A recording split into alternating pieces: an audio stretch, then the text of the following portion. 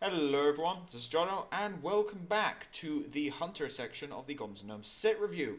With me is Mr. Dapperatchik. Welcome back again. Hey again.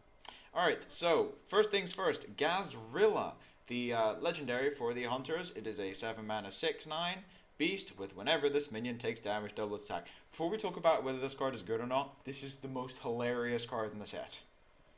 Oh yeah, you can do some crazy things with this card. I want to do Wild Pyromancer with like two different spells into another Wild Pyromancer with two different spells and get my crazy like what is that like 80 or 90 attack? Guys, Yeah, I mean, you know all those videos with the injured Blade Master, Divine Spirit in a fire with like each player has like six Lawwalker Shows on the board, and they eventually get it to like 9 million attack. Right, that's gonna happen in Constructed now. Um, this is gonna be so funny. yeah, If you get this in um, arena, you just like celebrate. By the way, yeah, strong in arena because it's a 6/9. yep. You Constructed can is run the over a major guy and it's only contention 12 here. attack. Yeah, Um, constructed. This is the major contention point. right, so there's a bit of a problem with this card, which is that um, Hunter. So in order to get value out of its effect, you have to play it. And it has to live for a turn. And then, It has to live for multiple turns. Let's be honest here. yeah, because you're a hunter, so you can kind of like hit their face for six and get that much value out of it, or hit a minion and try and get 12 in next turn, which is like kind of speculative. On the good side of things, if you Because use it to you trade, you don't lose damage. right, you don't really have many ways to activate it yourself. Um, like with like um, so obviously if this is a mage card, it would be crazy. Or warrior, because they could just like hit it multiple times and then just 14 attack immediately with win if full it sticks. task. But I mean, so you could think about Gazrilla in terms of like the law of high main, right? Yeah, Where it is a bit if like the high that. main ever gets to live a turn and attack, then you win the game. Um, in almost all cases. Um, so the fact that Gazrilla gets to do that is not particularly unique or special. It costs 7 mana, which is very More, expensive to and be it played doesn't in have a the death rattle. difficult hunter deck. It doesn't have Death Rattle. Um, I mean, we saw some hunters playing Ragnaros towards the end of last season just because for that extra like late game oomph in control matchups. And um, honestly, I think in current hunter decks, which are like really aggressive, and then a 7 mana card that doesn't do anything until you play it and could get removed for nothing is not really It's not really that good for valuable. the I mean, deck. It's yeah, by like, that point in the game, like you want do you really something more want valuable like a three high Leroy or mains? Is the other thing. Like, do you really want yeah, three high mains in your deck, and they're right. I not mean, we even a saw high some main? people cutting a high main That's actually um, true. We saw some people cutting down to because one or even zero you high don't want to mains. draw a two because it's already too much. And then this is basically like a third, somewhat worse high main because it costs 7 mana. And It does yeah, almost the same thing, realistically. Like, the weird thing about Gazrilla is that I got a feeling this will not see play in the aggressive ones because it's just too slow. It's just like a worse high main. The deck I right. think it will see play in, I don't know if this will be now because I don't even think that there's enough support for it yet. But eventually there's going to be some sort of actual pure mid-range hunter. Like not just Right. mid-rangey aggro thing. Actual I mid-range mean, hunter that could run this. yeah, there's like the sort of Call Pet deck, which Which will it's a eventually big happen. beast that isn't terrible, so it will be great in that deck. Um, you can Call Pet on turn two and Gazrilla on turn three, and then Ugh. if your opponent isn't a warrior or shaman, um, Even then it's a one for one. That's the ridiculous thing about Cool yeah, Pet. well, I mean they spent 5 mana, but yeah, That's more Cool Pet being ridiculous if you draw a beast as opposed to Gazrilla. right. So yeah, Gazrilla, not a terrible card. Certainly excellent in arena, but if it doesn't really fit in that well with the hunter's there's a lot of constructed game cards plan. there's a lot of cards that Hunter got in this set which are like sleeper cards. which will Mm. probably be good at some point, but it probably won't be now, and it So probably won't be in this set. yeah, there's kind of three kind of well, four kind of hunter decks to consider when we're evaluating these cards. There's will current hunter be good in some form? Will Control the Hunter is core another pet one. beast deck be good? Will some kind of weird control hunter be good? And will mech hunter be good? Yeah, those are the four. And it's not clear that Gazrilla is good in any of those decks because even in the more controlling hunter, like um, the problem with hunter is because your hero power doesn't affect the board or redo anything. Um, you have this problem where you die because you don't really have any efficient ways to prevent yourself from dying. Um, like you don't, so you constantly need to be dealing with their board because if you leave their board up for a turn, you can just take damage and you have no way of healing and not very many good taunts. Yeah. Um, so if you spend your turn 7 playing Gazrilla, you might just die. That's a valid point. I mean, on the flip side of things, there was a Control Hunter that actually did really well. It got number 2 Legend, I think, last season, and it got a similar deck, got 3 Legend on EU season before. Same guy. But that deck had to Is run that things like Rag and like slow legendaries that weren't very good. They were just kind of win conditions. Yeah, so maybe Gazrilla will be a win condition in that deck, and certainly there are better ways in that deck to trigger Gazrilla so that you do actually win if Yeah, it sticks for a it was turn. running Like, Wild Pyromancer. Like I think Gazrilla yeah. at the moment, if he sees play right now, he'll be in some sort of deck that somehow works. I don't know how. It might with Explosive Sheeps and Feign Death, for all I know. But it'll work somehow with Wild Pyromancer, and you can use your Wild Pyro, you can use your draw spells to pump up your Gazrilla. I don't know how good that deck is, but it's an idea. It's also worth noting that Gazrilla makes Web Spinner a bit better because It's another beast you can get. In fact, you're now more likely to get Gazrilla and less there likely are to get Corehound. three, no, four good beasts out of the set that you can get, and I think all the beasts out of the set are good to get off Web Spinner. Yeah, and even like a mediocre beast is quite a lot better than Captain's Parrot. Exactly. So you'll be getting more good beasts and less Captain's Parrots, which is another thing to mention, by the way. For some reason, the RNG numbers on Web Spinner pull from the whole game, not from the legal set of cards, which means some people have been playing Gazrilla and Malorn in Constructed. This has Yeah, happened. that was fun. It's been on Reddit a few Well, I times. mean, it's not like they're illegal cards. It's just I know, it's there's no just way to kind of get them. silly because the set isn't out yet. Um, yeah. So there's this sort of bizarre in-between meta for 3 days, which is like post nerfs and with these extra web spinner cards. It's like it's so stupid, yeah. But yeah, the Gazrilla, we'll have to see. If he's not good now, he's kind of like a sleeper card. He might be good eventually, but we'll have to see. Anyway, on to the King of the Beasts, which is a lion, obviously. 5 mana, 2/6. Taunt, Battlecry, gain 1 attack for each other beast you have. This kind of feels like a hunter-specific Sludge Vulture. It's more like a hunter-specific Fen Creeper. Yeah, that's another way of looking So at it. okay, let's take this in a bit of perspective, right? So think about Houndmaster. Houndmaster is a card where if you manage to hit it on something, you what's essentially like a 6/5 for 4 mana. Except even better than that because part of it has charge, and you basically get to pump up your web spinner and trade, sort of pump up your haunted creeper and trade with something, and then win the game basically. You almost always win if you get off a successful Houndmaster. But people still sometimes cut at least one because They it was clog. too hard to do. They To have clog one beast on the sometimes. board You for a get turn. 2, and then it's just horrible. Right? Exactly. King of Beasts, if you manage to stick so Houndmaster, you stick a beast for a turn, you win the game. King of Beasts, for 1 extra mana, if you manage to stick a beast for a turn, you get a Fen Creeper. And then you get to play your High Main on the turn following, because they had to deal with a stupid Fen Creeper. Yeah, I mean, but you could, I mean, like, the thing is, this is a Sludge Belcher for Hunter, but you know what's better than this? Sludge Belcher. I mean, it even has, like, arguably has more synergy with your deck, because you get to have Undertaker synergy. Yeah, it works with Undertaker, but I mean, on the flip side, this works with Kill Command, but then that's a pretty expensive I mean, if Kill you're Command desperate to have enabler. 5-drop beasts, you can play Stranglethorn Tiger, you can play Stampeding Coda. I think Tiger and Kodo are better than this. Kodo is actually getting a boost in this set because there's a lot more two attack stuff. Yeah, I mean, it's sort of we can't really say that until we see like how much of the two attack stuff actually sees play. But But there's a lot more two attack stuff in the game. yeah, it seems So, likely that Kodo will get better. I King of the Beasts, it's fine. I don't like it very much. It's one of those cards which would have been playable if certain other cards didn't exist. It's kind of like Echoing Ooze and Haunted Creeper.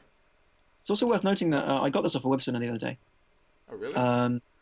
And yeah, I lost because it got cabaled.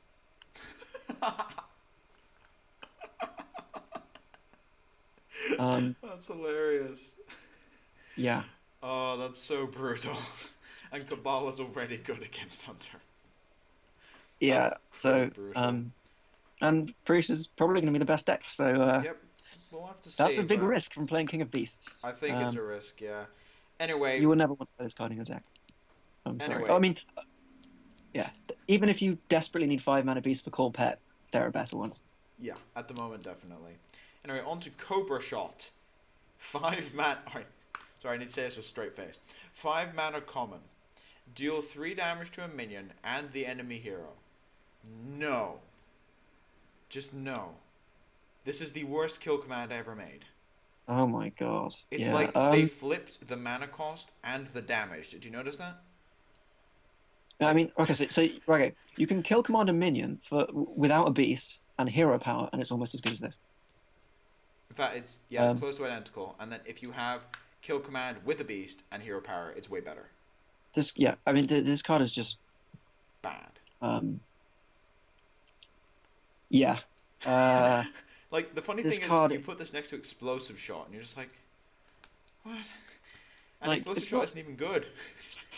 It's not the worst card in the set, only because like the worst case scenario, it does something, but it's so little that this card is just bad. Don't ever play this card. The funny thing is, in Arena, it's just even worse. 5 mana to kill their like 3-drop. Yeah. Ugh. That just seems bad. I mean, on the plus side, you can at least use it on your own minions to deal damage to the hero. The ridiculous thing is you can't even play it if they don't have a minion, I think. You can play it on your stuff. Well, okay then. It says you can play it on your left and to do 5 damage to the enemy hero. But yeah, it's so bad. I think probably the worst Hunter card, right? Yeah. Yeah, it is. Alright, Metal Tooth Leaper. 3 mana, 3/3 mech. Battlecry. Give your other mechs +2 attack. If there is a mech deck for Hunter, which is actually looking a little unlikely at the moment, but if there is, this is absolutely insane because you automatically win the... Like, if both players have tempo starts, basically the way the mech warper mirrors tend to work is based on just stats. And the fact that I've been playing a couple of these situations with 2/3s. It's basically basically the players have to decide whether or not they want to remove the other person's one and play more reactively, or just try and do something more powerful with theirs. So whoever goes second gets to dictate the pace of the game because you get to get your mech warper down on turn 1. Now, Metal Tooth Leaper actively not just punishes, but completely wrecks them if they decide to just go for the mech warper in response. And then you kill their spider tank with the same mech warper.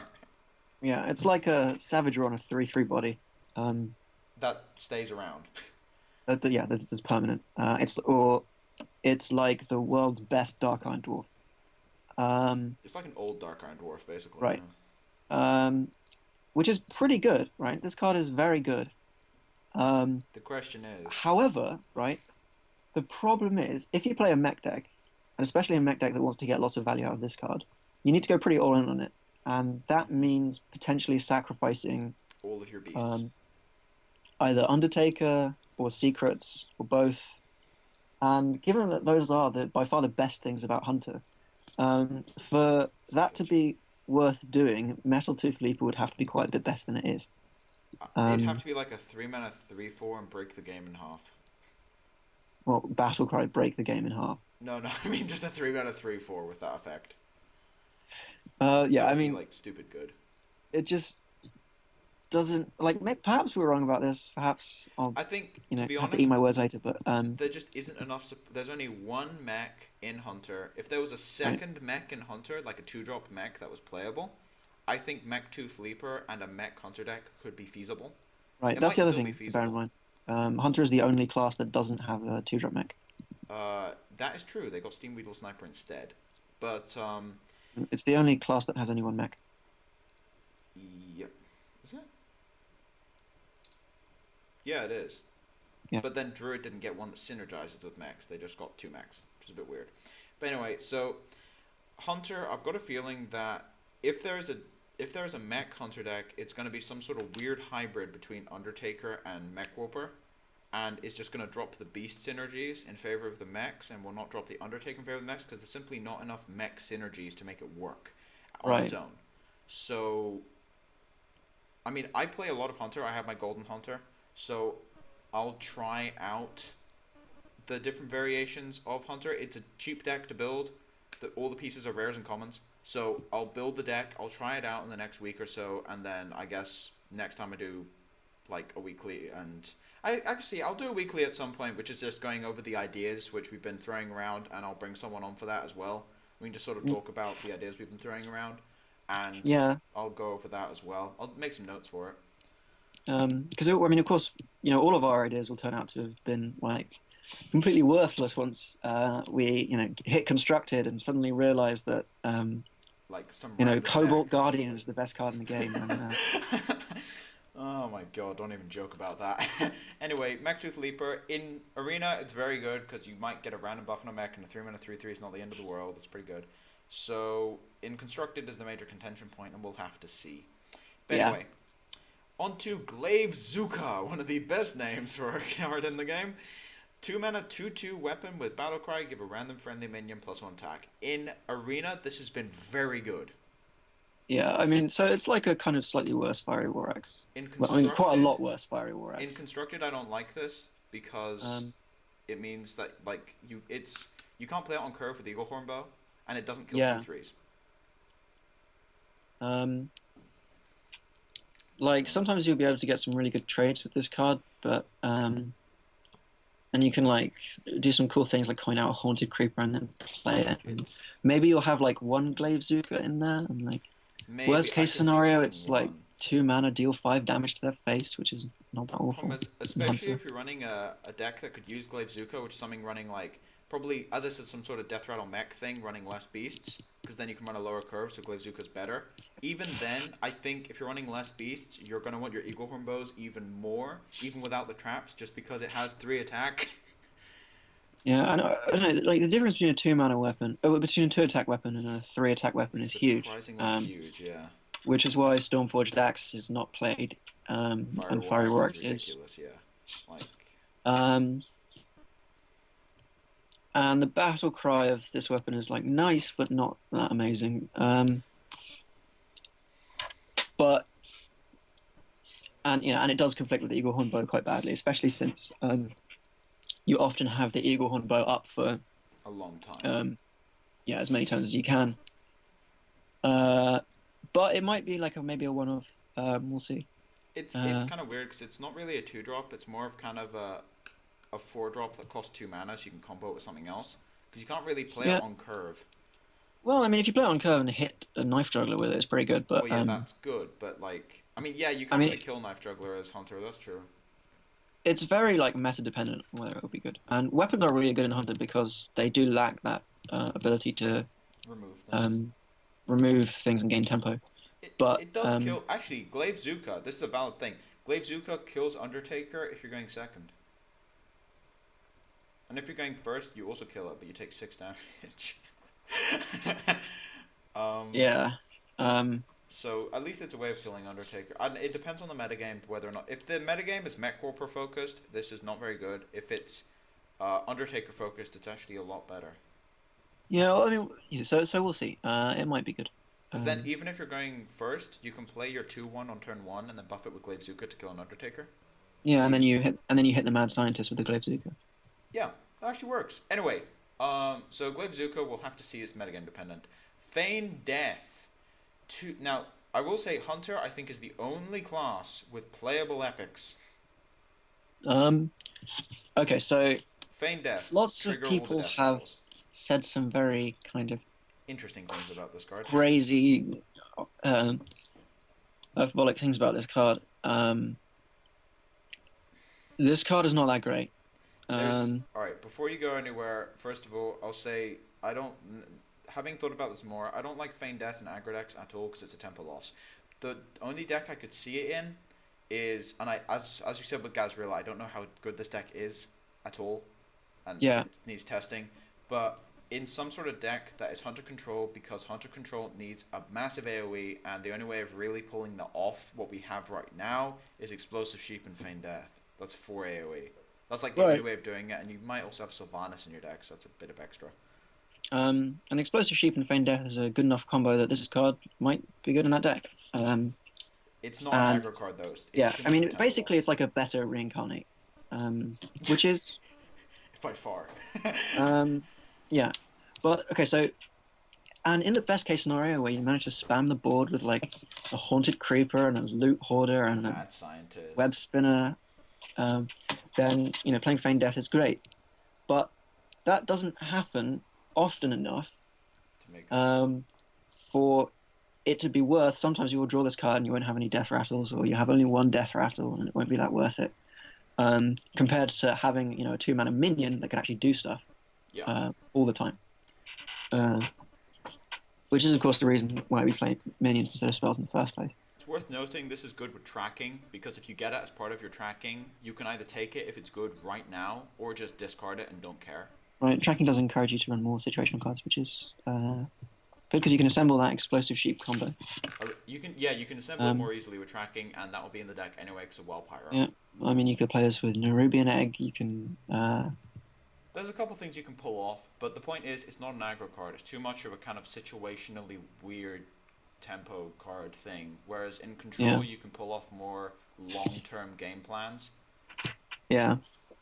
But So again, is that enough to make I don't know. Hunter Control worth I it? don't know. Maybe not. There's got to be Although a this hunter next control at card, some maybe. point. Yeah, between this and the next one, there may be enough.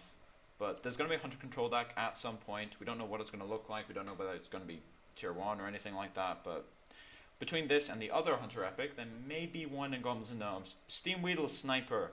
2 mana 2/3. Now, you mentioned that the hero power doesn't affect the board. So this is a Shadow Madness on a 2 mana 2/3. Your hero power can target minions. I've had the pleasure of playing against this in Shadowfall. Arena, and it was miserable. Yeah. So this card is basically like It's a Shadow form in a 2/3. it's more like it's kind of like a two. It's kind of a 2 mana Organized Soul Priest. A little bit, Uh, but you can't use it with other yeah. spells. So being able to shoot minions with your hero power as a hunter is really really great because hunter generally lacks like efficient early removal other than the bow, and Steam Weaver Sniper is a great way to get the board and um, generate card advantage. So much so that it might be played in like the more aggressive hunter I decks. I could see it in a hunter deck that is trying to run a bit more of a tempo centric. Because if you play it on turn 2, it's actually not that bad. Because you Yeah, and play on then turn 2, if they play a 3/2, you just kill it. And then yeah, if they play a 3/4, you just kill it.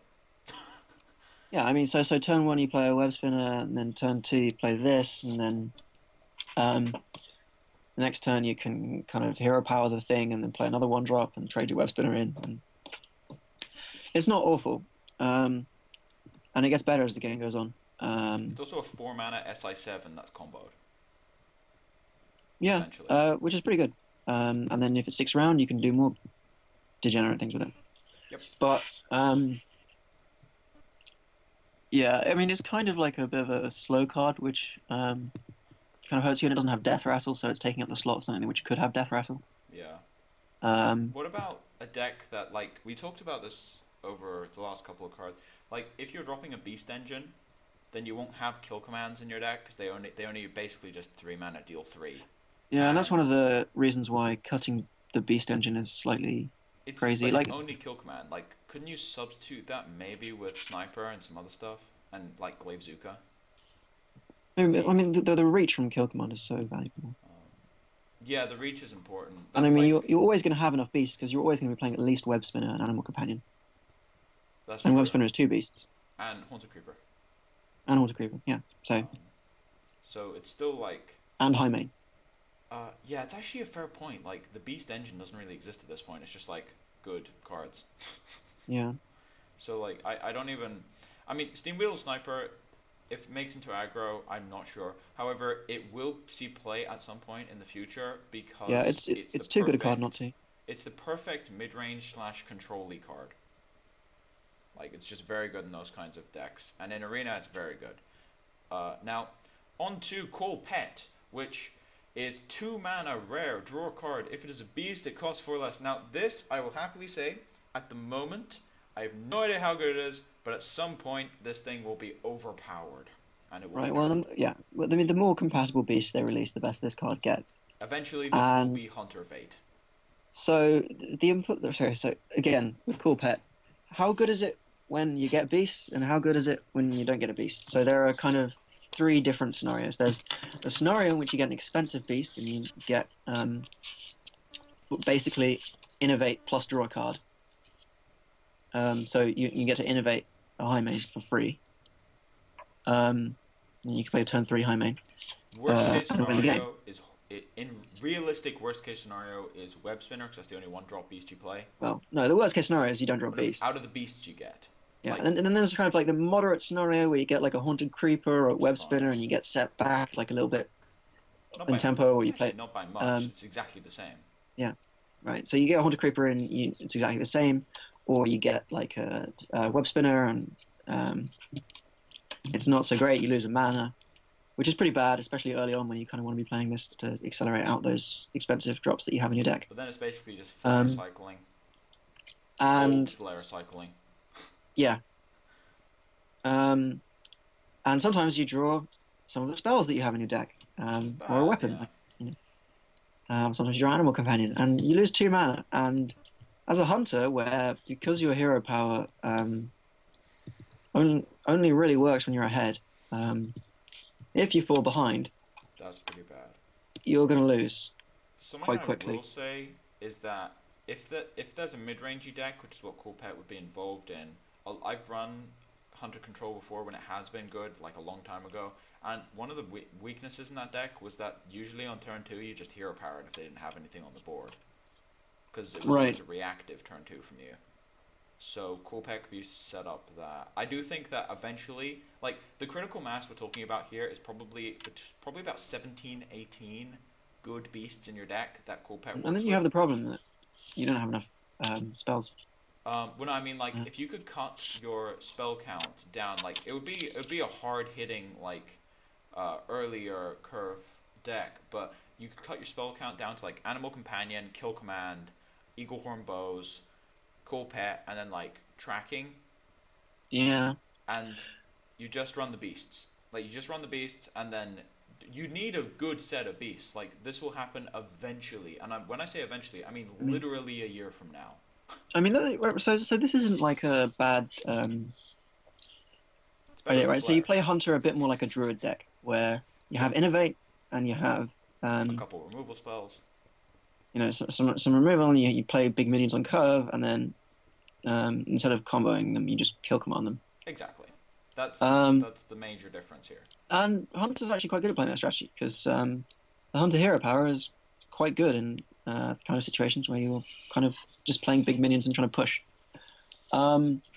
But Druid has a lot more tools that Hunter doesn't that make it good at executing that At the strategy. moment, yeah. Um, and the problem with playing the Cool Pet deck is then you have to give up a lot of the non-beast stuff that makes Hunter great, like Mad Scientist.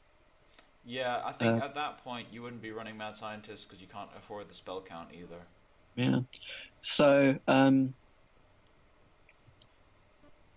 it remains to be seen whether this is good. It'll take a while. They need to add probably I would say probably about 2 or 3 more sets into the game so there's enough beast to the point when this could become competitive. But every set from now on, like not now, it's not good enough now, but every set from now on, I'm going to be looking back at Cool Pet and just thinking, is there enough support for it yet?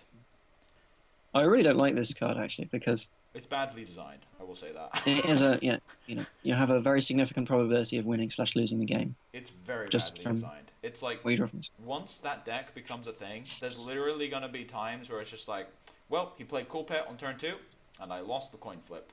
And I Yeah. died.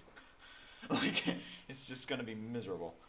But it's a badly designed card. But I think it's not good now, or if it's not very good now at all. In Arena, it's okay because it's like you can pick over some bad cards and it'll draw, and you might get a random upside. But in Constructed, it's not good enough now. But eventually, keep an eye on this one. Every time a set comes out, I'm gonna look back on this one briefly just to see whether or not there's Yeah. enough support for it. Definitely. Anyway, so that's pretty much it for the Hunter cards. Hunter, Yep. significantly less underwhelming than Druid. Yeah, I mean, it got a couple of really good cards, but very significantly, it's not clear how any of them, except maybe like one copy of Glaive Zuka, will fit into the current way that Hunter decks are built. We just They're don't kind of trying know. to push them in different directions, and that's interesting because obviously, as other decks have got better, the current Hunter gets dominant worse. Hunter deck will get worse, um, Yeah. just by comparison. Something So interesting is that they're pulling them all in like 4 directions right now, as we said earlier, and what yeah, may result is that this set doesn't really do much for Hunter, but then like next set will finish the pieces of one of those decks. oh god, there's gonna be more sets. um, like let's not get ahead of ourselves here. You have to look into the future when looking at these things. Yeah. But yeah, So it's I interesting. think Hunter is one of the classes that gained the least. They also Uh, they do, however, have 2 epics that are worth crafting at some point. yeah, definitely. That's a plus side. But anyway, that's pretty much it for the Hunters. Thanks for watching, and we will see you in the next part. So this is John and Dapper signing off for now.